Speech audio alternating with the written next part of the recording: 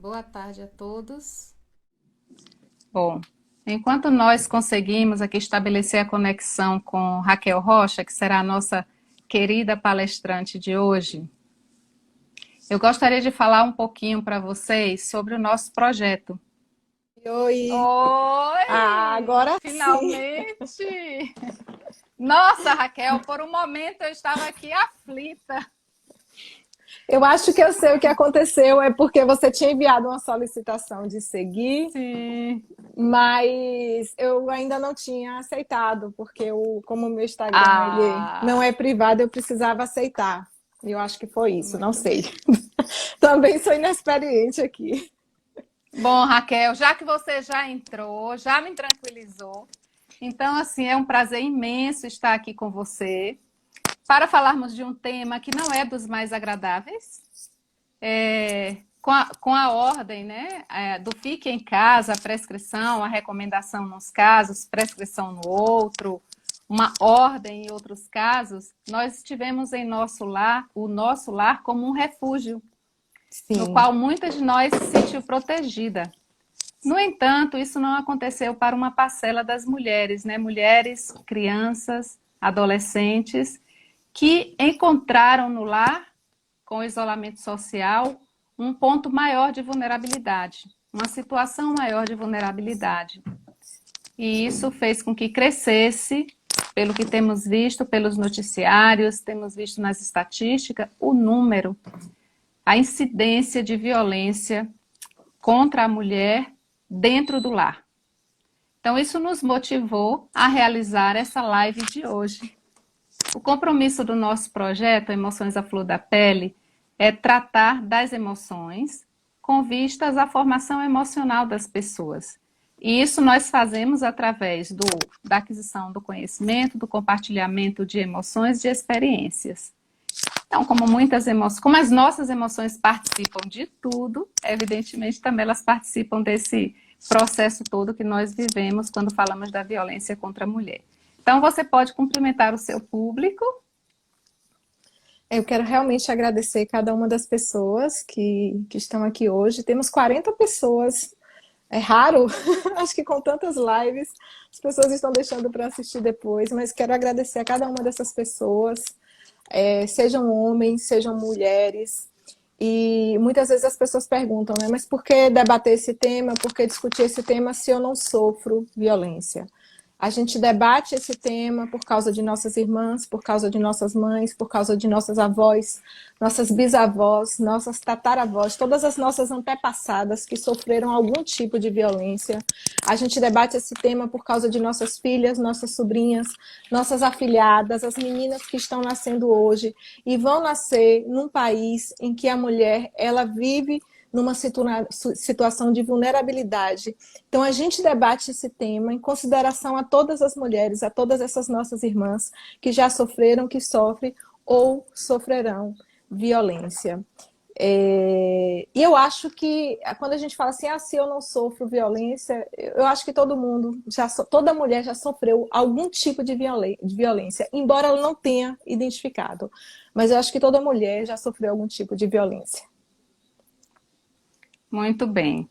Então, você vai nos falar sobre esse tema. É um prazer, como eu disse antes, ter Raquel aqui conosco, que é uma pessoa a quem eu admiro profundamente, como professora, lá no curso de formação em psicanálise, como profissional na área psicanalítica e também como pessoa. Então, eu tenho certeza que com a sua sensibilidade você vai tornar mais leve os aspectos todos que nós vamos tratar. E essa manhã eu dizia para você, Raquel, o quanto nós estávamos pisando no território minado. E aí você me disse algo assim espetacular. É por isso, porque há minas que nós precisamos ter a coragem de ir retirando algumas dessas minas para que nós possamos, quem sabe, salvar algumas vidas. Então, nós vamos hoje, no nosso exercício, tentar retirar algumas dessas minas e uma delas, por exemplo, é a ignorância. Muitas vezes, o não saber onde nós estamos pisando, que terreno é esse no qual nós estamos pisando, pode nos levar a uma situação limite que pode, inclusive, culminar com a morte. Então, nada como adquirir um conhecimento que pode ser válido para a nossa vida e para o nosso bem-estar, com certeza. Como você disse, quem não sofreu pode estar sofrendo e acha que não está, ou pode vir a sofrer, ou alguém muito próximo. Então, é um problema que preocupa a toda a sociedade como um todo. Então, agora eu vou apresentar a Raquel a vocês. Né?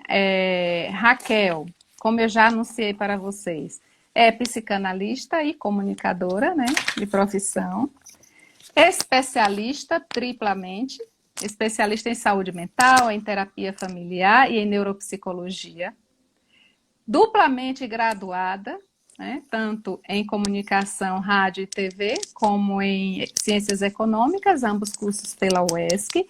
Está concluindo uma terceira graduação pela Unime, no curso de psicologia. E, além de tudo isso, é apresentadora do programa Luz, Câmera, Arte na TVI e membro da Academia de Letras de Itabuna, título que, como ela mesma sempre diz, muito à honra. Também, como já adiantei, é professora do curso, formadora do curso de psicanalistas, oferecido pela Clínica Persona, em parceria com a Sobepiex, e uma pessoa assim encantadora. Então, Raquel, vamos lá. Nós vamos começar falando do tema. Então, a Raquel estruturou a fala dela em 3 momentos. No primeiro momento, ela vai tratar um pouco da justificativa do tema, porque a necessidade de nós trazermos esse tema e tirarmos essa 1 horinha da nossa tarde de hoje para discutirmos sobre a violência contra a mulher nesse contexto de isolamento social e a partir de uma perspectiva de que há emoções nesse contexto que machucam. Depois ela vai tratar de uma parte informativa para que nós saibamos do que é que nós estamos falando quando falamos de violência contra a mulher e fazer aí qual é o recorte, né, que nós faremos, apresentar o recorte que nós faremos nessa live, já que o tema é muito complexo, é multifatorial, então ele pode ser abordado desde várias perspectivas e ela vai nos falar qual é a perspectiva que ela está adotando hoje, vai trazer os temas que nos interessam e depois ela vai tratar da dimensão subjetiva, muito importante. Por que que a mulher, quando está no contexto de violência, ela não sai de casa? Enfim, ela acaba não se separando da forma como as pessoas aconselham e esperam que aconteça. Então, sem mais delongas, para não tomar o seu tempo de exposição, vamos começar. Conta aí pra gente, por que falar de violência contra a mulher nesse contexto em que nós nos encontramos aqui dentro de um projeto chamado Emoções à Flor da Pele, aprendendo a lidar com elas? Por conta da gravidade do problema, Naí. A violência contra a mulher no Brasil, ela tem proporções alarmantes. É um caso de saúde pública. Nós somos o 5º país no mundo que mais mata as mulheres. A gente está nesse ranking vergonhoso, ocupamos a 5ª posição entre os países que mais matam as mulheres. A gente só fica atrás de El Salvador, Colômbia, Guatemala e Rússia. A situação da Rússia é ainda mais preocupante que a do Brasil. Em 2017, o presidente Vladimir Putin, ele sancionou uma lei que é tão absurda porque ela despenaliza a violência doméstica. Pela lei, agressões que causam dor física, mas não lesões, agressões que deixam hematomas, arranhões, ferimentos superficiais na vítima, não são consideradas crimes. Quer dizer, você pode bater, mas você não deixa marca. São que não deixam quer dizer, que deixam hematomas, arranhões e ferimentos leves, não são consideradas crimes. Só vira crime caso haja reincidência e caso a vítima consiga comprovar a agressão. Então, a gente fica atrás da Rússia, que tem uma situação muito mais grave e muito mais preocupante do que a nossa, mas a nossa posição também é vergonhosa. Nós somos o 5º país do mundo que mais mata as mulheres. Você falou aí que nós somos, e isso é preocupante realmente, né? Então, a gente vê que a violência contra a mulher é um problema de saúde pública também, de políticas públicas, E aí a gente pergunta, e quem são essas pessoas que matam essas mulheres? O que é que a gente poderia falar Essas deles? mulheres, elas são mortas, na maior parte das vezes, pelos companheiros, ex-companheiros. é, As pessoas falam assim, mas por que que a gente vai falar de morte de mulheres se no Brasil os homens são assassinados muito mais do que as mulheres? A gente tem um índice de assassinatos de homens maior do que de assassinato de mulheres. Sim, nós temos, mas esses homens são mortos por outros homens e as mulheres elas são mortas pelos homens e na maior parte das vezes pelos seus companheiros. Essas mulheres elas são mortas por homens que elas se apaixonaram, que elas amaram, muitas vezes que elas tiveram filhos, que elas tiveram desejo de construir uma vida. Essa mulher ela é morta por homens que ela entregou seu corpo, seu amor, seus sonhos. Então, uma parte muito considerável dessa taxa de feminicídio vem do assassinato de companheiros e ex-companheiros que muitas vezes estão inconformados com o fim da relação. Esse é um dos principais motivos. Então, quem mata essas mulheres são os homens que elas amam ou um dia elas amaram. Você diria que aí nesses casos, Raquel, há uma dificuldade de lidar com a frustração da perda, por exemplo, de ouvir um não? Sim, sim, mas é mais do que uma dificuldade de lidar com a frustração, porque esse homem ele lida com outros tipos de frustrações e eles não saem Uhum. assassinando. Por isso que a gente diz que é uma violência de gênero. Isso envolve um processo em que o homem se sente dono da mulher. Ela é minha, ela me pertence. Logo, ela não pode pertencer a outro. Então, uma vez que ela quer me deixar ou que ela encontrou outra pessoa, eu tenho o direito de tirar a vida dela porque ela me pertence. Então, eu vejo esse sentimento de posse como fator principal dessa atitude, muito mais do que a frustração, porque esse homem ele perde emprego, esse homem briga com um amigo, esse homem é lesado financeiramente, mas quando a mulher quer terminar a relação ou quando a mulher se envolve com outra pessoa, ele se acha no direito de tirar a vida dela porque ele se considera dono dela. Eu acho que esse é o principal motivo. Perfeito. E agora, você falou do homem. E quem é a mulher? Quem é essa mulher que é vítima de violência? Muitos acham que só as mulheres das classes sociais mais baixas sofrem violência, e isso é um mito. Muitas mulheres sofrem violência e na clínica a gente descobre isso de uma forma que você não acredita, porque às vezes é uma mulher que é independente, às vezes é uma mulher que tem um grau de instrução alto, tem um curso superior, é uma mulher que é uma mulher bem informada. Então, a violência, ela ocorre em todas as classes sociais. A gente tem que parar de achar que é só aquela mulher lá da periferia que apanha do marido. Tem muita mulher aí de advogado, de juiz, de médico, tem muita mulher de classe social alta que sofre violência doméstica, sim. Então, todas as mulheres de todas as classes sociais podem sofrer violência. E a gente tem também a violência da menina em casa, que muitas vezes apanha desse pai ou apanha desse tio. A gente tem a violência, a gente vai falar principalmente da esposa, da mulher que é agredida pelo parceiro, mas a gente tem um índice de violência alto também na terceira idade.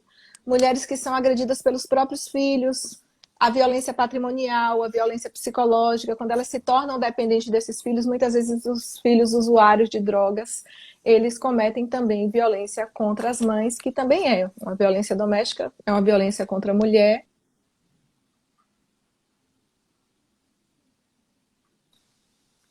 Voltou. Deu uma cortadinha aqui, Mas mas mulheres de voltou. todas as classes sociais, mulheres de todas as classes sociais estão sujeitas à violência. Não vamos pensar que é só aquela mulher da periferia, não. Talvez a questão seja pela existência de muitos casos de subnotificação, né? Porque parece que para essa mulher, uma mulher da sociedade, uma mulher conhecida, parece que para ela é muito mais vergonhoso denunciar o homem. Nesse sentido, eu acho muito positivo essas mulheres famosas que vieram a público falar que sofreram violência, falar que o companheiro bateu, que o companheiro agrediu, falar que sofreram abuso sexual, porque quando essas mulheres, que são mulheres bonitas, famosas, modelos, atrizes, e essas mulheres, elas conseguem dizer que elas apanharam dos seus companheiros e elas denunciam, isso encoraja para que outras mulheres também possam denunciar. Perfeito, Raquel.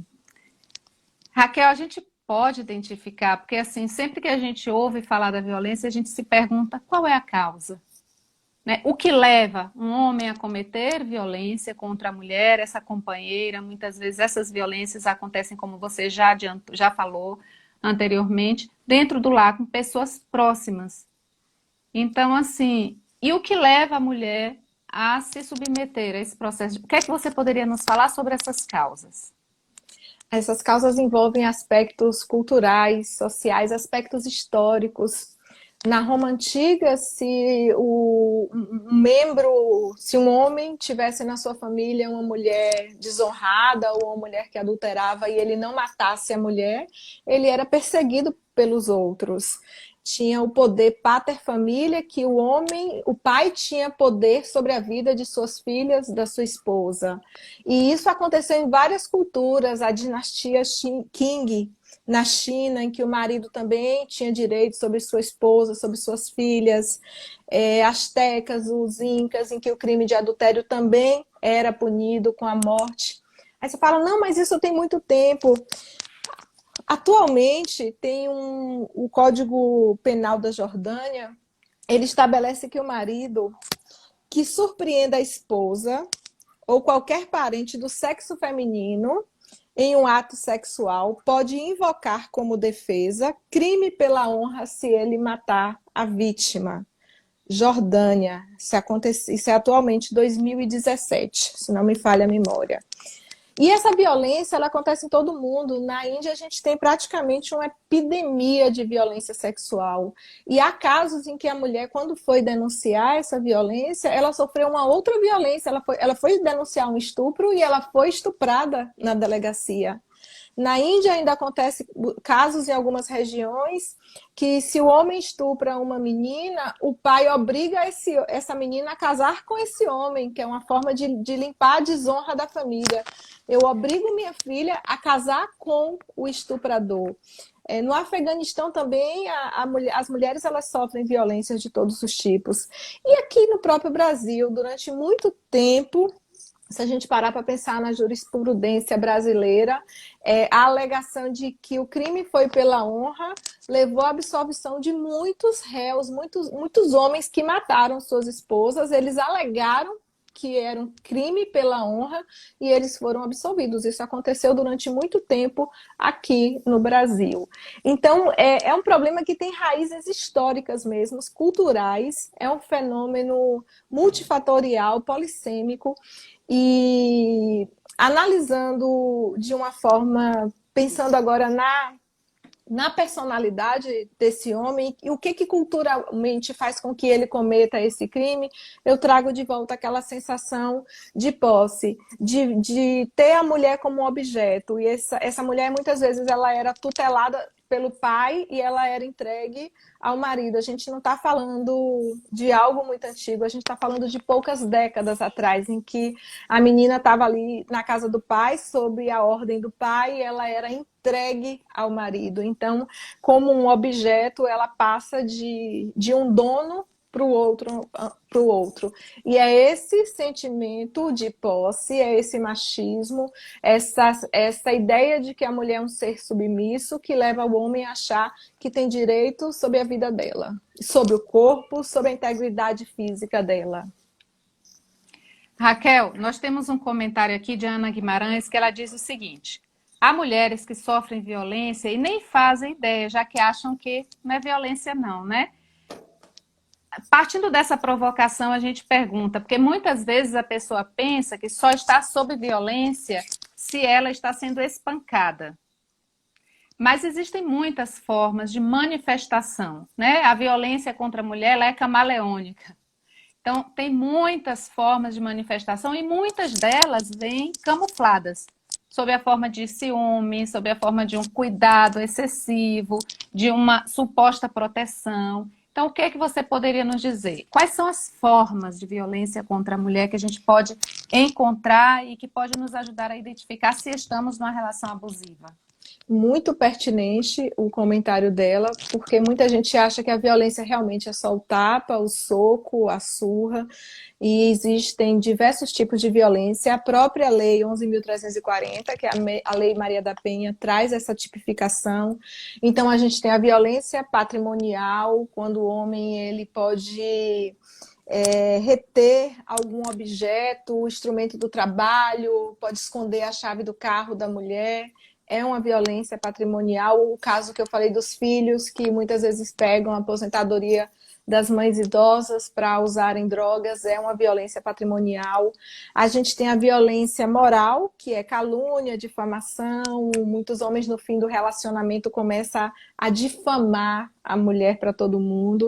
A violência psicológica, e aí se a gente para pensar, a violência moral, você precisa de terceiros para te ajudar a provar. Violência psicológica acho que é a mais difícil de ser provada, porque ela causa um dano que é um dano emocional, né? Causa diminuição da autoestima. O que seria uma violência psicológica? O homem controlar o comportamento da mulher, ameaça, constrangimento, manipulação, vigilância constante, perseguição, insultos, desqualificação, ofensas, limitação do direito de ir e vir. Quantas de nós, na adolescência, não tivemos aquela amiga que se afastou da gente porque arrumou um namorado e o namorado não queria que ela andasse com as amigas, como se ela tivesse que ser só dele? Isso já é um indício de uma relação abusiva. Então, a violência psicológica, muitas vezes, ela começa de uma forma sutil e ela é difícil de ser provada, difícil você fazer uma denúncia de violência psicológica, mas é muito importante a mulher ficar atenta a esses sinais comportamentais da violência psicológica. E aí a gente tem a violência física, que é o tapa, o soco, o empurrão. A violência física começa assim, durante uma briga, o namorado segura no braço da namorada, às vezes sacode, depois em algum momento aperta o pescoço dela. Então vai começando dessa forma, daqui a pouco vem o soco, daqui a pouco chutes, e aí pode se tornar mais grave, né? Mutilações e até morte. E a gente tem também a violência sexual, que é uma violência muito subnotificada, porque as mulheres muitas vezes elas se sentem envergonhadas, constrangidas em contar que sofreram a violência sexual. Eu acho que as estatísticas mostram que menos de 10% das violências sexuais são denunciadas. E eu conheço muita gente que já sofreu violência sexual e não denunciou por vergonha, por se sentir constrangida. Então, eu acredito nas estatísticas de que há uma subnotificação preocupante em relação à violência sexual. Ô, Raquel, e é mais difícil ainda quando essa violência sexual acontece dentro da relação, que já vem se caracterizando como uma relação abusiva. Você poderia dar alguns exemplos de como se manifesta essa violência sexual dentro da própria relação afetiva abusiva? Vou dar um exemplo através de um relato uma vez que eu vi que me comoveu muito, de uma senhora já de idade, já por volta de 70 anos, que tinha tido um casamento abusivo. Nessa fase ela já estava separada, graças a Deus, e aí ela ouviu na rádio, aqui na rádio, no mês de maio, alguém falou que o sexo não consentido, mesmo que fosse dentro do casamento, era um estupro. E aí ela chegou e ela falou assim, eu percebi que eu fui estuprada a vida toda. E eu não sabia que aquilo era estupro. Mas quando eu dizia para o meu marido que eu não queria ter relação sexual, ele subia em cima de mim e ele fazia da mesma forma. Ou seja, a gente não está falando daquele estupro que a mulher está passando na rua, alguém puxa ela para um terreno baldio, arranca a roupa, ela grita, ele amordaça e estupra. A gente está falando de um estupro que ocorre na cama do casal, em que não há o grito da mulher, muitas vezes não há rasgar a roupa, mas o homem, ele sobe em cima da mulher e ele faz um sexo não consentido com ela, porque ele acha que ele tem direito.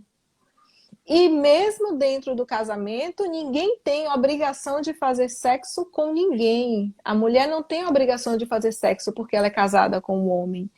E a gente tem diversas situações do sexo não consentido, dentro do namoro, ou às vezes a mulher aceita se encontrar com um cara, os dois saem para um barzinho, os dois bebem, jantam. Isso não obriga a mulher a fazer sexo. Ela não tem a obrigação de fazer sexo porque ela saiu com ele, porque ela foi pro barzinho com ele, porque ela bebeu, porque ela se divertiu com ele a noite toda. Essa noite ela não precisa terminar em sexo. Mas muitas vezes, no final da noite, essa mulher ela é forçada, ela sofre um abuso sexual. E para essa mulher denunciar, vamos tentar pensar na situação dessa mulher. E para a delegacia denunciar, olha, eu fui violentada. Aí o que ela tem, o que as pessoas vão falar? Ela saiu com ele, tem um monte de troca de mensagens carinhosas, picantes entre os dois. Ele tem para provar que ela saiu com ele porque ela quis. Várias pessoas viram eles dois juntos no barzinho, várias pessoas viram ela beijando ele, ela rindo, ela se desmanchando de paixão. Como é que essa mulher foi abusada? As pessoas elas não conseguem conceber de que a mulher ela tem o direito de dizer não ao ato sexual em qualquer momento.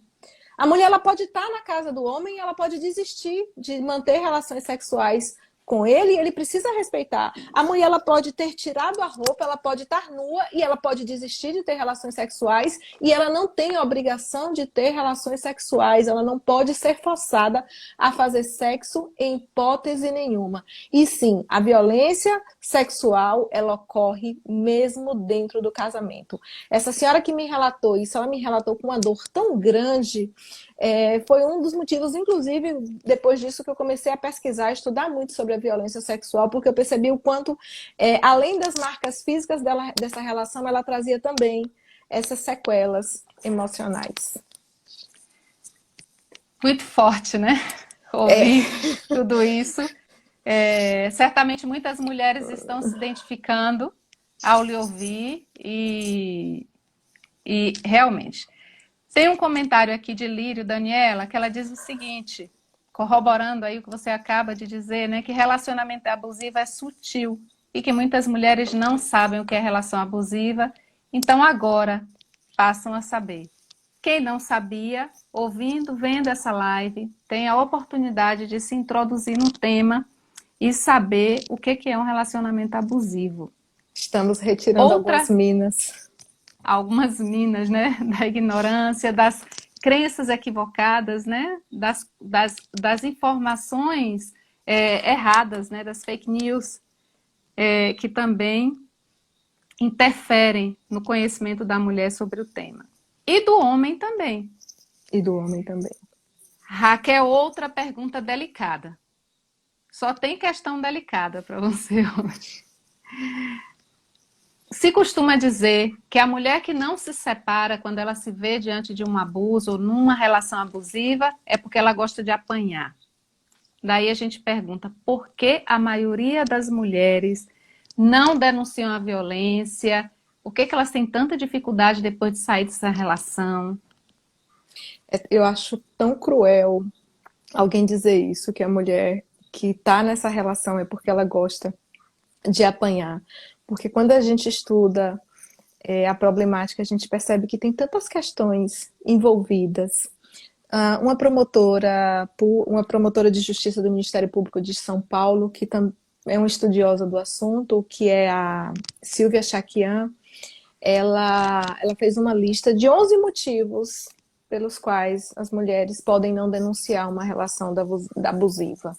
Primeiro motivo, muitas vezes elas nem conseguem identificar uma relação abusiva. E por quê? Porque às vezes a relação da mãe dela com o pai dela era assim. É o modelo que ela tem, está dentro da normalidade do que ela concebe de relação. Ela também tem medo de que ninguém acredite nela. A palavra da mulher muitas vezes é desacreditada e essa violência, muitas vezes ela não deixa marcas físicas, às vezes um empurrão, um aperto no pescoço. É possível o homem agredir a mulher. E acredite, o agressor ele sabe agredir, ele sabe machucar sem deixar necessariamente um hematoma. Ele sabe fazer a mulher sentir dor sem deixar necessariamente um hematoma. Então, não rara, às vezes, a mulher tem como a única prova dessa agressão a sua, o seu testemunho, o seu relato. Então, elas têm medo, quando elas não têm como provar, elas têm medo de denunciar. Elas têm medo do assediador, elas têm medo de ser agredida novamente depois da denúncia, elas têm medo de morrer, elas têm medo de ser difamada por esse homem, têm medo de perder a guarda dos filhos, têm medo que os filhos morram, porque alguns parceiros, inclusive, ameaçam a vida dos filhos. Eu mato você e mato seus filhos. Então, elas temem pela vida dos filhos, isso acontece também. Muitas sentem vergonha, principalmente no caso da vítima da violência sexual, e muitas pessoas ainda podem dizer que a mulher encorajou aquele comportamento. No exemplo do Bazinho, ela provocou, ela estava com tal roupa. Ah, mas a menina foi pro baile funk, depois aceitou sair e ir para casa dos rapazes, então por isso que aconteceu o estupro, no caso daquela menina que foi estuprada por um monte de gente. Quando a gente fala por isso que aconteceu, a gente está justificando. Aqui a gente tem na nossa região, uma moça que foi assassinada em Serrinha pelo marido aos 9 meses de gravidez, e as pessoas justificavam. Ele matou porque ele desconfiou que o filho... Por quê? Não importa, esse porquê ele não tem que existir.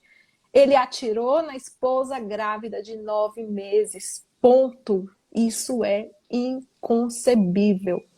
Então tem essa questão.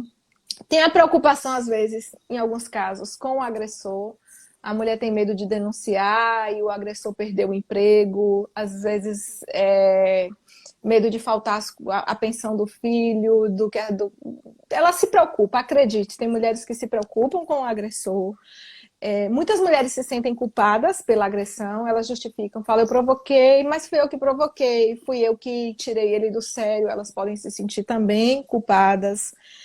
No caso de violência sexual, as mulheres elas têm receio de reviver aquela história, de contar aquela história, de ser submetida ao exame, de contar a história várias vezes, porque a história é sempre perguntada várias vezes, até para ver se a mulher não entra em contradição. Então ela precisa reviver essa experiência, é muito difícil. No caso da violência sexual, quando o homem é bem relacionado, quando o homem é bem importante, a mulher tem medo de que depois dessa separação, dessa denúncia, ela vai perder o emprego, aquelas pessoas ali da sociedade não vão acreditar, ou ela vai passar a ser uma pessoa mal vista naquele ambiente ali. Isso acontece quando a mulher é casada com um homem importante. Medo de enfrentar todo um processo e não dar nada. Isso me lembra a própria Maria da Penha, né, que dá nome à Lei 11.340, ela diz que em determinado momento ela pensou em desistir. Anos e anos lutando na justiça, ela estava numa cadeira de rodas, porque ela levou um tiro do seu marido, e ela anos e anos e anos ali tentando provar, tentando fazer com que ele fosse punido pelo crime que ele cometeu, e ela diz que em determinado momento ela está tão cansada que ela pensa em desistir. Então a própria Maria da Penha pensou em desistir, e que bom que ela não desistiu, né? Que bom que a luta dela continuou, e é um exemplo para todas as mulheres. E por último, a gente tem uma mentalidade tacanha e cruel de dizer que em briga de marido e mulher ninguém mete a colher, e achar que as coisas vão ser resolvidas entre eles também é um fator que às vezes impedem as mulheres de denunciar. Então observa quantos motivos as mulheres têm, às vezes o medo de perder a vida, medo pelos filhos, medo de passar necessidade financeira. Muitas dessas mulheres não trabalham porque os maridos não querem, não deixam elas trabalharem. Essa mulher tem 3 filhos, ela começa a pensar nos filhos, na escola dos filhos. São tantos motivos que você resumir isso no simples pensamento de que essa mulher gosta de apanhar é de uma crueldade tamanha. Sem dúvida. Inclusive, se falou muito aqui, Raquel, há muitos comentários, né, de apoio à sua fala, e as pessoas estão fazendo comentários, aí você vai, elas se adiantam e você toca no tema. E uma das questões que eles falaram aqui foi sobre o medo, né, as emoções que estão envolvidas, medo, culpa, e da inversão da culpa.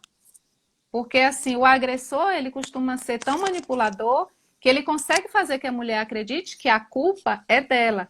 E se ela mudar o comportamento, ele não a machuca. É verdade, ele consegue, ele é tão manipulador que ele consegue fazer com que a mulher ache que a culpa é dela. Muito bem.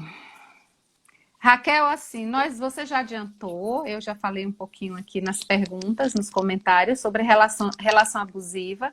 E às vezes a gente se pergunta, como começa uma relação abusiva? E a gente esquece que ela começa como uma relação normal, né? Inicialmente. Exato. Mas e depois, com o avançar da relação, como é que a pessoa pode identificar se ela está numa relação abusiva? Os primeiros sinais, aí você falou, a gente já comentou aqui, acontece no namoro, a não ser que você namore um mês só e case, mas se você tiver um tempinho de namoro, você já consegue identificar esses sinais. Os ciúmes excessivos, a manipulação, o rapaz chega na casa da moça para sair e fala, com essa roupa você não sai, vai trocar de roupa. Quer dizer, ele se acha no direito de escolher o que a outra pessoa vai vestir. Isso já indica que ele se acha dono dela, que ele se acha dono do corpo dela para escolher o que ela vai vestir. De dizer que não quer que ela ande com fulana, com cicrana, começa a reclamar das amigas. Muitas vezes o manipulador, ele não quer que essa mulher tenha uma rede de suporte social, então ele afasta ela de todo mundo. No casamento ele afasta ela, inclusive, da família. Aí ele começa a dizer, sua família não presta, ninguém da família presta, nenhum amigo presta, ninguém presta. Ou essas pessoas não gostam de você. Ele começa a isolar essa mulher da sua rede de apoio, dos seus familiares e dos seus amigos. Também é um fator muito preocupante, que se você perceber que esse homem ele quer te afastar das outras pessoas, já é um indício forte de uma relação abusiva, que vai, tem até uma escala violentômetro, é fácil de achar, podem digitar aí no Google, que tem uma escala de atitudes que o homem vai tomando, e você percebe que essa gravidade ela vai aumentando, e aí ele começa com aquilo, segurar no braço, empurrar, daqui a pouco tapa, o chute, o soco, mutilação, e a última fase da escala da violência é a morte da mulher. Favorece a dependência, né? Quanto mais eu isolo, mais você se torna dependente e De se mim. torna minha posse. Exato. Bom, Raquel, eu vou acrescentar um comentário aqui antes de ir para a próxima pergunta. Me pareceu bem interessante. Irapaela diz: importante chamar a atenção para a cultura musical que ainda propaga, normaliza e romantiza a relação abusiva e a violência contra a mulher. Perfeito, perfeito. A gente tem muita música que tem um subtexto muito forte, ou até um texto literal muito forte de violência contra a mulher. Músicas bem conhecidas. São letras que, sinceramente, Naí, eu tenho vergonha de citar aqui, sabe? Sim. Mas são letras que degradam a mulher, são letras que falam da violência, muitas vezes explicitamente. Então, que música que a gente ouve, que música que a gente dança na balada, o que essa música diz? E já que ela fez um comentário muito pertinente sobre a música, eu quero acrescentar também, acho que a gente vai dar tempo a gente falar um pouquinho sobre sororidade no finalzinho, as músicas das próprias mulheres denegrindo outras mulheres.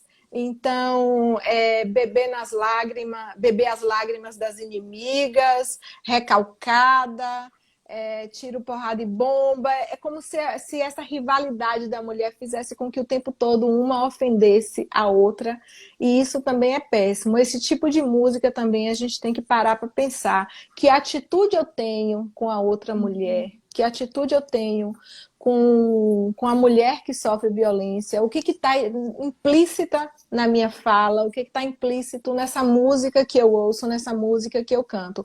A violência para com a mulher, ela está presente na música, ela está presente na literatura, ela está presente nas novelas.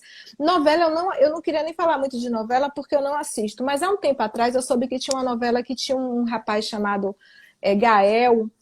Quem assiste novela pode até complementar nos comentários, que ele tinha uma relação violenta com a esposa. Aí eu soube disso e um dia eu liguei a televisão e estava passando o último capítulo dessa novela. Eu não acompanhei a novela, mas no último capítulo ele estava arrependido e ele parecia uma pessoa transformada. Me parece que ele justificou que foi por causa da mãe dele. Mas que mensagem que essa novela traz no momento que ela coloca uma relação em que há uma violência e mostra esse homem transformado? A mensagem que ela passa numa situação como essa é assim: o homem ele pode mudar, esse homem pode se arrepender, esse homem pode se transformar. E o que eu digo é que se nenhuma atitude for tomada, esse homem não vai mudar. Se nada for feito, esse homem não vai ser iluminado e vai se transformar pela própria consciência. É preciso que atitudes sejam tomadas nesses casos. Mas sim, músicas, novelas, literatura, cinema, está recheado. A violência contra a mulher, ela está impregnada na cultura brasileira. Isso foi muito citado. Irá, né? Pelo pessoal, fico morrendo de vontade de ler.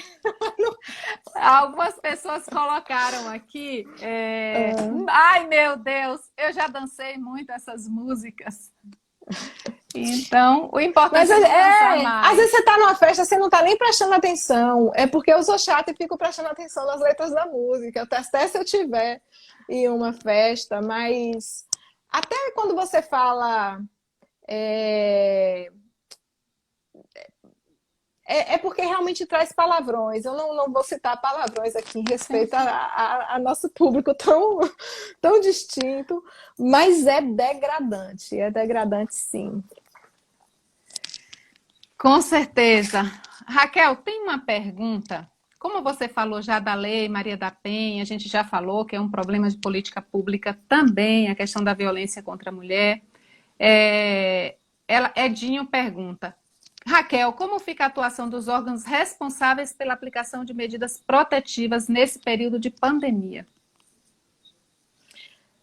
Pois é, a gente vai até falar sobre isso. A gente tem muitos indícios. A mídia internacional vem divulgando que a violência contra a mulher aumentou nesse período de pandemia. Aqui no Brasil, nas primeiras semanas de quarentena, a gente teve um fenômeno que parecia ser contraditório. Qual é o fenômeno? O número de registros nas delegacias diminuiu, mas o número de ligações aumentaram. Ou seja, essas mulheres, elas ligavam, pediam ajuda, às vezes anonimamente, alguém denunciava, mas não existia ali o registro de fato. E o Instituto Maria da Penha, ele divulgou que sim, está havendo uma subnotificação da violência contra a mulher, porque essa mulher agora, ela está em casa o tempo todo com seu agressor. Se a gente parar para pensar, olha, fique aí que eu vou ali na delegacia te denunciar. Muitas vezes a mulher está numa situação de cárcere privado. Então, a situação da mulher... tem um filme que eu acho um filme brilhante que fala de violência contra a mulher. Quem nunca assistiu, procure para assistir. É um filme de 1991. Se chama Dormindo com o Inimigo. A atriz é até Julia Roberts. Excelente filme. E quando começou o isolamento, me veio uma frase na cabeça. E as mulheres que estão isoladas o tempo todo com o inimigo, como fica a situação dessas mulheres? A gente tem indícios, por exemplo, de que períodos de crise econômica, tensão, estresse aumentam a violência. Esses homens estão em casa, esses homens podem estar ameaçados de perderem seus empregos, esses homens estão tensos, estão irritados e eles vão descontar em quem está ao lado dele, em quem é mais frágil que ele, porque a violência contra a mulher é uma covardia sem tamanho. Você bater num outro ser que é fisicamente mais frágil do que você. Então, sim, a gente até ia falar um pouquinho sobre a quarentena, mas com o comentário... Sim, A estamos gente já. já adiantou isso. Existe essa tensão do momento, sim. E sabe o que também um outro indício é de que o consumo de álcool aumentou. O álcool também é um gatilho para a violência. Eu digo um gatilho porque ele não é a causa.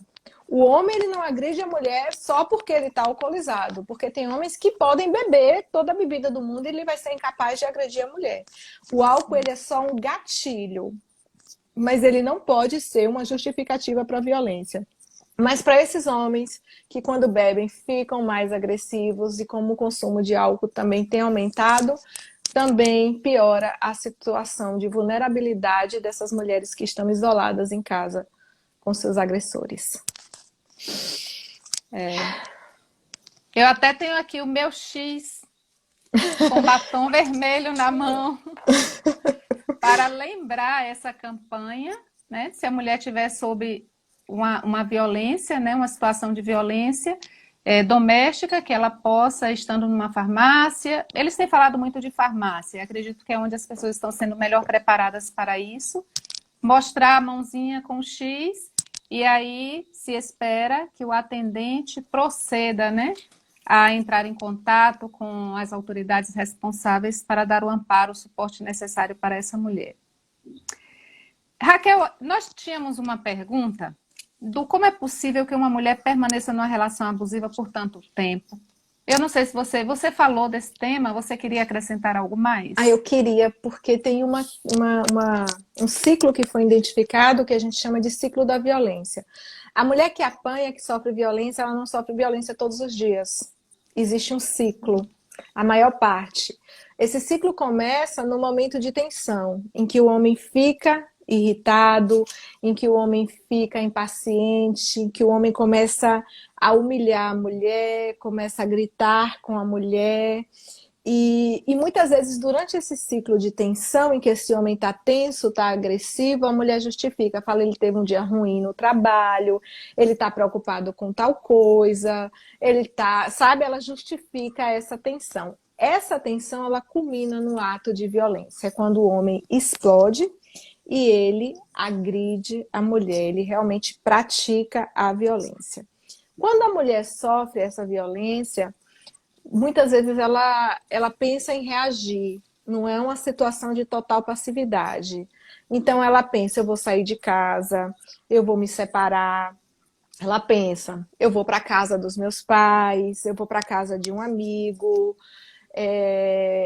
E aí ele percebe que é possível que essa mulher realmente tome uma atitude, ou eu vou denunciar. Uma mulher pensa em tomar decisões, às vezes se afasta temporariamente. E aí a gente entra na terceira fase, que é a fase do pseudo-arrependimento, em que o homem se diz arrependido, e aí nessa fase ele se mostra o melhor marido do mundo, muito carinhoso, muito prestativo, muito cuidadoso. Então é o tempo todo ali, ele se transforma. Não parece lua aquele de mel. monstro. E a fase é chamada de fase da lua de mel. O nome é esse, fase da lua de mel. E a mulher ela se pergunta assim, meu Deus, é aquele monstro que me agrediu? Porque esse homem é o homem que eu amo, é o homem que eu sempre sonhei, esse homem perfeito. E aí ela acredita que ela vai mudar, que ele vai mudar. Ela pensa nos filhos, às vezes ela justifica, pensa assim, não, mas ele é um bom pai. Eu não acho que o homem que agride a mulher ele possa ser um bom pai, porque só o exemplo que ele está dando para os filhos já tira dele esse mérito de bom pai. Então a mulher ela pensa nos filhos, ela pensa nos momentos bons e ela vê aquele homem transformado que jura que nunca mais vai fazer isso e ela acredita. Há uma fase de lua de mel, um momento de calmaria, até que voltam as pequenas tensões. Volta a fase 1, por isso que é um ciclo. Ele começa a ficar irritado, começa a ficar agressivo, começa a gritar, que culmina mais para frente em outro episódio de violência. Esse ciclo se repete por meses, por ano, e se você não quebrar esse ciclo, você fica presa nesse ciclo. É uma das informações que eu li enquanto preparava essa live foi justamente que há aí uma média de entre 10 e 12 anos que a mulher pode ficar nesse ciclo, né? E aí há toda uma tentativa do homem de fazer com que a mulher pense que ela é a responsável, que se ela, tá vendo como eu estou bom com você? Se você se comportar comigo, eu vou ser sempre assim. E aí vem a questão da culpa, né, invertida. Raquel, fala um pouquinho pra gente sobre violência e quarentena. Você quer dizer algo mais? Não, acho que a gente já Já falou. esgota. É, Ah, a gente não tem dados concretos, o que a gente tem é subnotificação, mas é importante você observar sua amiga, sua irmã, sua prima, todas as mulheres que você conhece. É importante perguntar, observa os indícios, fala da importância de denunciar, manda um vídeo de pessoas, de mulheres famosas que denunciaram. Você tem que encorajar essas mulheres a denunciar. E se elas não denunciarem, se sua vizinha estiver apanhando em casa e você estiver ouvindo o grito dela e ela não denunciar, você pega o telefone e liga 180 e você mesmo denuncia. já Em briga ficou a de marido e dica. mulher, mete a colher sim. Isso já responde a uma pergunta de se existe algum tipo de protocolo a seguir quando sabemos que alguém está em uma relação abusiva. E me parece que esse número 180 você pode denunciar de forma anônima. Uhum. Mas liga também para a polícia, bate nos outros apartamentos, fala com os outros vizinhos. Tem uma mulher aqui sendo agredida e a gente está escutando. O que a gente vai fazer? A gente vai aceitar isso aqui no nosso prédio? É um problema de todos nós. Essas mulheres, muitas vezes, elas se sentem que estão sozinhas. E no momento que elas percebem que existe uma rede de apoio, elas se sentem empoderadas, encorajadas a tomarem uma atitude. Tem muitos comentários, Raquel. Eu prometo compartilhar com você depois, porque não vai dar tempo para a gente, Daniela Lírio né, dizendo que a PM pode socializar. prender em flagrante. Daniela Lírio, futura psicanalista policial também, já trouxe aqui informação da polícia. Pronto, já está 190 aí uma também, ó, informação. Fabrícia Alcântara. Então, 180 ou 190, você denuncia. Perfeito, Pronto, Daniela, gratidão. isso. Como nós só temos agora 2 minutinhos, eu vou lançar 2. Fala um pouquinho, Raquel, para a gente. Quais são as sequelas emocionais da violência contra a mulher? E depois eu vou pedir que você encerre a sua fala com algo positivo. Há algo de bom no meio de tudo isso? Gente, 2 minutos, sequelas emocionais. A gente pode ter aí o medo, a gente tem a culpa, a solidão, a vergonha, a raiva, o sentimento de impotência, a humilhação. Você tomar um tapa na cara é uma situação que a mulher se sente muito humilhada. Tem aí a diminuição da autoestima da mulher. Ela pode entrar no processo de abuso de medicamentos, desenvolver um transtorno de ansiedade, desenvolver um transtorno de estresse pós-traumático após um abuso sexual, por exemplo. Sobre depressão e suicídio, nós temos dados, Naí. 83% das mulheres que sofrem violência doméstica têm depressão. 83% dessas mulheres sofrem de depressão. E o risco de suicídio entre mulheres que sofrem violência doméstica é 5 vezes maior do que entre mulheres que não sofrem violência doméstica. Imagina, quem está assistindo, imagina você viver constantemente sob ameaça, sob perseguição, sob constrangimento, humilhação, desqualificação. Oi, gente! Nosso tempo acabou para a primeira parte da live, mas Raquel ficou falando sozinha, então nós vamos reiniciar. Eu vou convidá-la novamente para nós concluirmos a nossa live, ok? Pronto, Raquel, desculpa, tive que salvar, isso leva um pouquinho de tempo. Gente, Então, eu falo ficou demais. falando. Não, está sendo um momento tão agradável, além de instrutivo, e as pessoas sinalizaram isso nos comentários, que o tempo passou e a gente não percebeu. Então vamos lá. Você estava falando das sequelas emocionais da violência contra a mulher, aí agora você pode falar sem correr tanto. Então, todas essas sequelas emocionais, né, que eu fui citando, a questão da depressão, do suicídio, os índices também alarmantes, e para a gente tentar imaginar como deve ser difícil para uma mulher viver numa relação em que uma relação abusiva, uma relação em que ela sofre violência, em que ela é perseguida, em que ela é vigiada, em que ela é constrangida, desqualificada, isso o tempo todo. Imagina a mulher dormir alerta.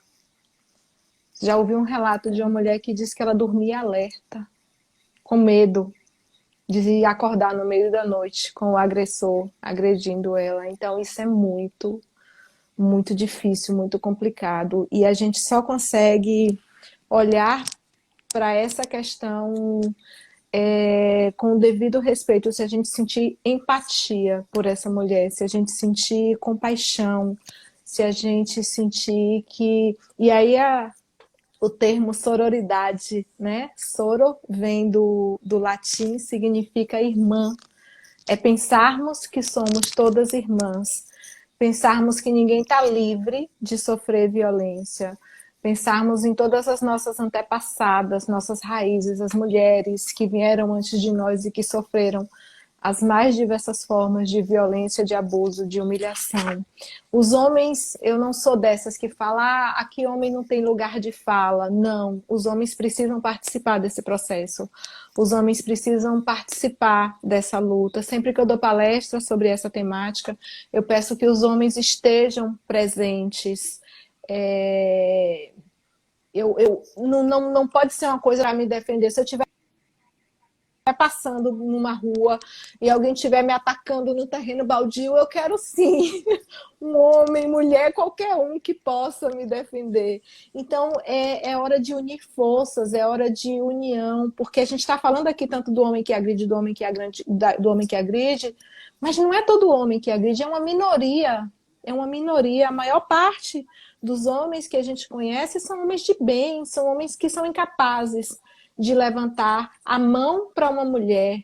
São homens que são incapazes de agredir uma mulher. Uma vez eu vi um vídeo de uma mulher que estava transtornada, não sei se ela estava drogada, num posto de gasolina, e ela partia para cima do homem para agredir, e a única coisa que ele fazia era tentar afastá-la, mas em nenhum momento ele fez um gesto agressivo. Era um vídeo longo, eu fiquei observando aquele homem, ela transtornada, partindo para cima dele, e a atitude o tempo todo era ou de se defender ou de tentar afastá-la dele, mas em nenhum momento ele foi agressivo com ela.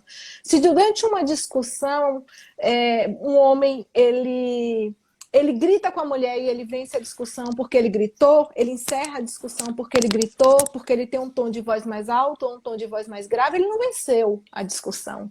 Ele encerrou a discussão de uma forma muito covarde, provavelmente porque ele não tinha argumento. Então é para a gente parar e refletir sobre todas essas minuciosidades que se dá nessa relação e que os homens também participem dessas lutas. Porque quando eu falo em proteger, em pensar em nossas mães, nossas avós, nossas bisavós, eu estou falando isso para os homens também, que também têm mães, avós, bisavós. Esses homens que muitas vezes presenciaram relações abusivas em casa, que pensem nas suas filhas, nas suas meninas, para que suas filhas nunca sofram uma relação abusiva, que pensem nas suas sobrinhas, nas suas afilhadas. Então, eu destino também essa fala para os homens e peço que eles entrem também nessa luta. Em relação às mulheres, é hora de pensar com irmandade, com sororidade, parar com essa coisa de rivalidade, se meu marido me traiu, a outra mulher é vagabunda. Não! Se meu marido me traiu, ele me traiu. Quem era casada comigo era ele. Ele errou comigo. Eu não posso colocar a culpa somente na mulher, ou a culpa na mulher, porque ela não era casada comigo. Quem era casado comigo era ele. Mas a mulher, ela é culpada desde Eva, né? A mulher que peca, é a mulher que é a tentação, desde a época de Eva, desde quando o mundo é mundo, que a gente tem essa imagem de atribuir a culpa à mulher. Então, parar com rivalidade, pensar na mulher com irmandade, com fraternidade. E a gente precisa pensar nos avanços também. Eu considero a Lei Maria da Penha um grande avanço, é uma lei de 2016, é uma lei que é muito elogiada, internacionalmente elogiada, é uma lei que, se for realmente seguida, é uma lei que protege a mulher. E nós tivemos avanços, inclusive, ano passado, com a ampliação dessa lei. Essa lei ela vem sofrendo alguns avanços, então ela foi ampliada em termos de facilitar a aplicação de medidas protetivas para as mulheres. Então, em 2019, houve a sanção de que o homem que colocava a vida em risco da mulher, ele tinha que ser afastado imediatamente do lar.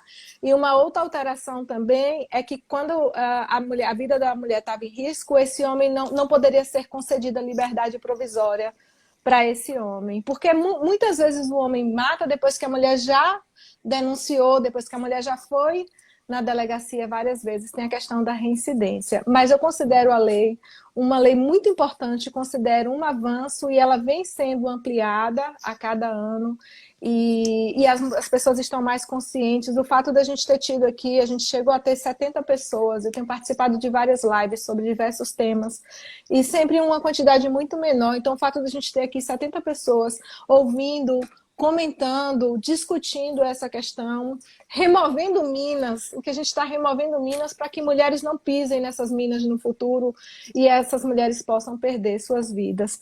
Por último, para finalizar, a violência de gênero ela é incompatível com a dignidade humana, o direito à vida é um direito inalienável.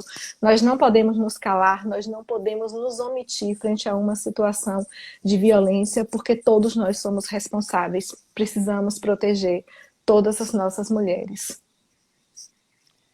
E, de certa forma, protegendo as nossas mulheres, estaremos também protegendo pais, amigos, irmãos, porque quando eles cometem qualquer ato violento, eles também estragam a vida deles, né? Então é um problema que é um compromisso de todos nós. O menino vê um pai agredindo a mãe, é de um sofrimento tremendo.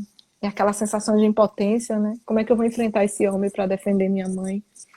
Acho que alguns homens que estão vendo aqui esse relato estão lembrando de alguns episódios. Temos vários, inclusive tem um que disse, eu não guardei o nome, não sei se foi Fabrício, que mulheres empoderadas empoderam outras mulheres, e alguém já tinha dito que você é uma mulher empoderada.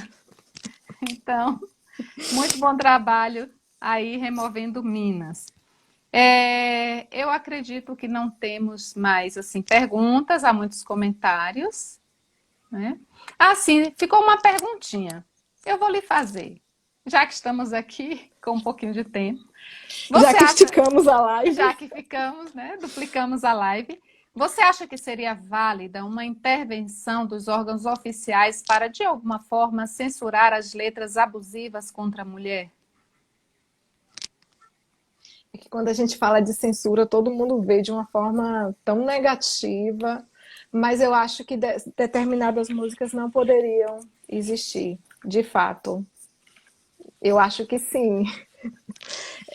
Eu acho que mais do que os órgãos censurar a letra, eu acho que essas músicas não poderiam fazer sucesso, que você não poderia tocar essa música na sua festa, que você não poderia tocar essa música na sua boate.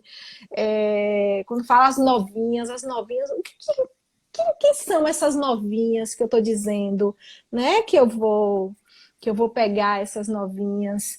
Então, eu acho que essas músicas não deveriam nem fazer sucesso, elas deveriam ser censuradas pelo próprio público, homens e mulheres. Mas como as pessoas ainda não têm essa consciência, é todo um processo. Como as pessoas ainda não têm essa consciência, eu acredito que sim. Eu não gostaria de ouvir esse tipo de música, eu não gostaria que minhas filhas ouvissem esse tipo de música, porque muitas vezes naturalizam a violência. Traz a violência, o abuso sexual dentro de um âmbito de normalidade. E esse homem que agride, muitas vezes ele acha que é normal. Ele não consegue achar que o que ele faz é um absurdo. Porque dentro do contexto de vida dele, das experiências de vida, ele introjetou que aquilo é normal. Que a mulher é um objeto, que a mulher é uma posse dele, e ele pode ter poder, pode controlar e pode, inclusive, tirar a vida desse ser, porque esse ser é dele. Então, sim, Perfeito. você não gosta de falar de Talvez a censura, gente não mas fale. eu E gostaria. se, e se a gente não falar de censura e falar de regulamentar? É, eu gostei mais da palavra regulamentar. Regulamentar. Raquel, isso é Ótima emoção. ideia. Você está emocionada? Eu fico emocionada sempre que eu falo dessa temática. Algumas vezes, quando eu estou falando, que eu percebo que algumas mulheres se emocionam porque elas passaram por a situação que eu estou relatando. Eu me emociono junto com elas. Então, essa temática sempre me toca muito. Tudo que eu estudo com profundidade é porque eu estudo com muita paixão, assim, com muito envolvimento também. A gente não precisa ter sofrido violência para a gente se importar com nossas irmãs que sofrem violência. E quando a gente estuda, eu te relatei mais cedo, é cada situação de crime que muitas vezes você vê aquele relato daquela violência, é como se o chão desaparecesse, porque é de uma crueldade tamanha que você fica imaginando como alguém pode ter praticado uma violência daquela magnitude. E aí isso nos dá força para continuar lutando, né? A gente sofre, mas revigora, aumenta as forças para continuar na luta por todas as nossas mulheres, por todas as nossas irmãs e todas as nossas meninas. Isso que a gente está falando aqui, eu acredito que o nosso público é um público adulto, isso precisa ser dito para as meninas de 10 anos, de 11 anos, de 12 anos, meninas que ainda não começaram a namorar, mas vão começar a namorar, elas precisam identificar esse parceiro abusivo logo no início. E eu até relatei também que eu tenho muita vontade de falar sobre essa temática nas escolas. Nossas meninas precisam debater essa questão, precisam tomar cuidado, precisam se conscientizar, precisam proteger, alertar a amiguinha que está sofrendo uma violência e não percebe que está sofrendo. Então, quem tem menina, quem tem filha, quem tem sobrinha, quem tem qualquer garota que você ama, que você não quer que passe por isso, senta para discutir esse tema, manda o link da live, milhares de vídeos maravilhosos também por aí, de gente debatendo essa questão com ética, com seriedade, dando a devida importância a esse tema e alertando nossas meninas, né, para que elas não sofram violência no futuro, como nossas antepassadas sofreram. A gente vem de séculos de submissão e de humilhação, e é por nossas antepassadas que a gente está aqui lutando também. Raquel, eu não podia deixar de falar ou de perguntar, já que a gente tem tempo, a gente já está finalizando, porque as pessoas podem ter aí seus compromissos, nossa live costuma durar 1 hora, mas hoje também eu me perdi um pouquinho, porque eu estou sem assistência técnica, então vou demitir o assistente técnico e o substituto. Te abandonou hoje. Foi por uma necessidade, mas tudo bem. Raquel, você é psicanalista. O que a psicanálise pode fazer por essas pessoas envolvidas em um contexto de violência contra a mulher, de violência doméstica? E eu não me refiro só à mulher que está na condição de vítima. A todas as pessoas envolvidas. Pode ajudar ao agressor, pode ajudar aos agredidos, às agredidas? Eu acredito muito na psicanálise, acredito no poder de transformação a partir do autoconhecimento, do mergulho nas suas experiências de vida, em você entender por que você age assim. Agora, a psicanálise, ela não tem uma explicação para uma questão, ela tem uma explicação para uma questão dentro da sua história de vida. Então, muitas vezes, você tem uma mulher ali que tem uma série de relações sempre abusivas, em que ela faz sexo de uma forma que ela sente que qualquer homem que ela conhece, que ela não pode dizer não ao sexo. Tem mulheres que não conseguem dizer não ao sexo. Aí a mulher aos poucos vai trazendo uma história de abuso desde a infância. É como se ela só fosse uma boa menina se ela fizesse sexo. Isso ficou introjetado na vida dela. Outra mulher que sofreu abuso na infância pode desenvolver um processo de frigidez, pode criar nojo em relação ao sexo, pode se tornar uma pessoa extremamente pudica, reservada, conservadora, frígida, não ter prazer durante o ato sexual, ter nojo do ato sexual. Então, observa que uma mesma situação, ela pode desencadear sofrimentos diferentes.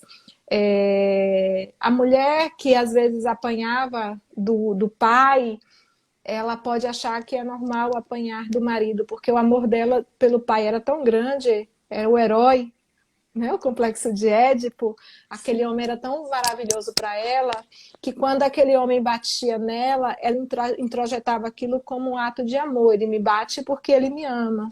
Então, quando eu encontro um marido, um homem, e esse homem se mostra agressivo, e esse homem me bate, de alguma forma fica ali introjetado, por mais que eu não goste, por mais que eu sofra, mas está ali no meu inconsciente de que ele está fazendo isso porque ele me ama.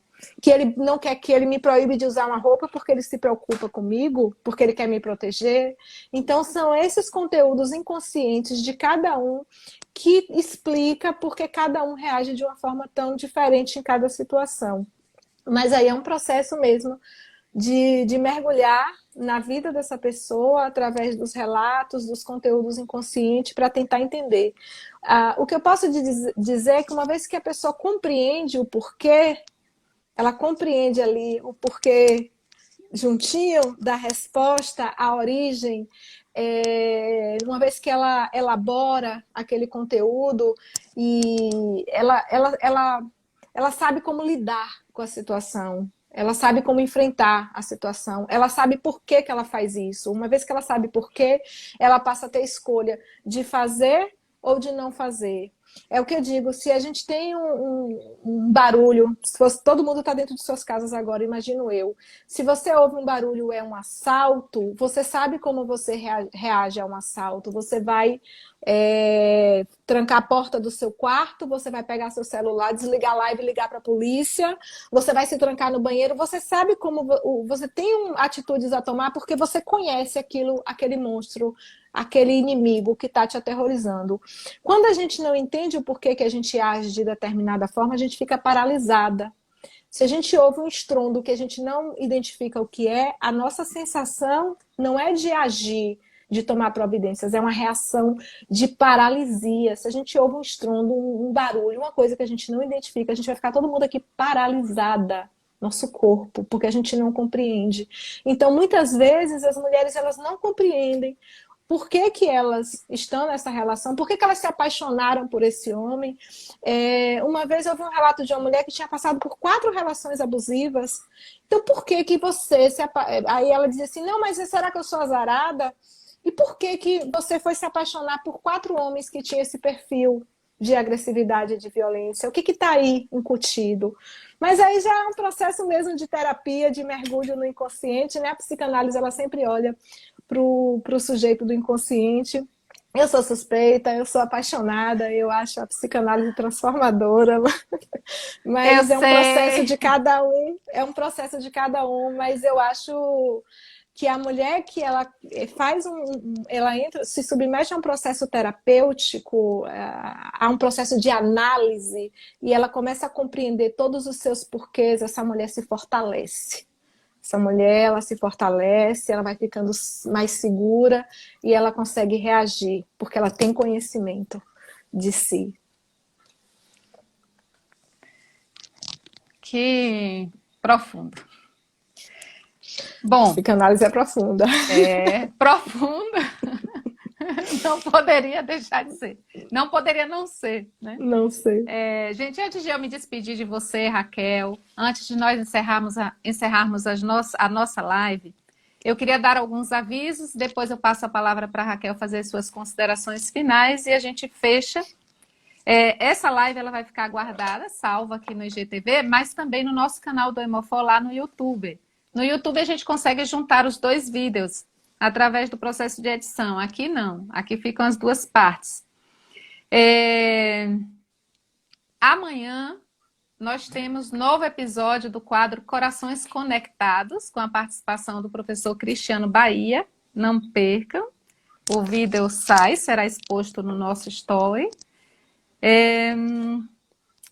Isso. E na próxima semana, lembrando a vocês que a nossa live, de fato, acontece às segundas-feiras, mas devido à disponibilidade de Raquel, nós só podemos fazer hoje na quinta-feira. Mas na segunda-feira nós temos o nosso encontro habitual, que dessa vez será com o professor Rodrigo Aragão. Não percam. E é isso, esperamos vocês no nosso próximo encontro. Foi um prazer imenso ter Raquel aqui conosco. Vocês viram que eu não menti quando eu disse porque eu admirava tanto. Ela mostrou aí toda a sua competência aliada à sensibilidade para falar de um tema tão árido, e eu espero que a gente tenha, né, oportunizando as pessoas verem essa live, retirado aí ou indicado as formas de retirar algumas minas desse terreno tão delicado, com esse tema tão necessário de ser discutido. E a gente deixa aqui um convite para que você volte a fazer outro recorte, porque pediram aqui nos comentários que você voltasse a falar mais, que nós fizéssemos mais lives sobre esse tema. Então fica já o nosso convite para repetirmos esse momento com outro tema, né? E passo a palavra para você fazer as suas considerações finais. Gratidão a você, Naí. A admiração é recíproca.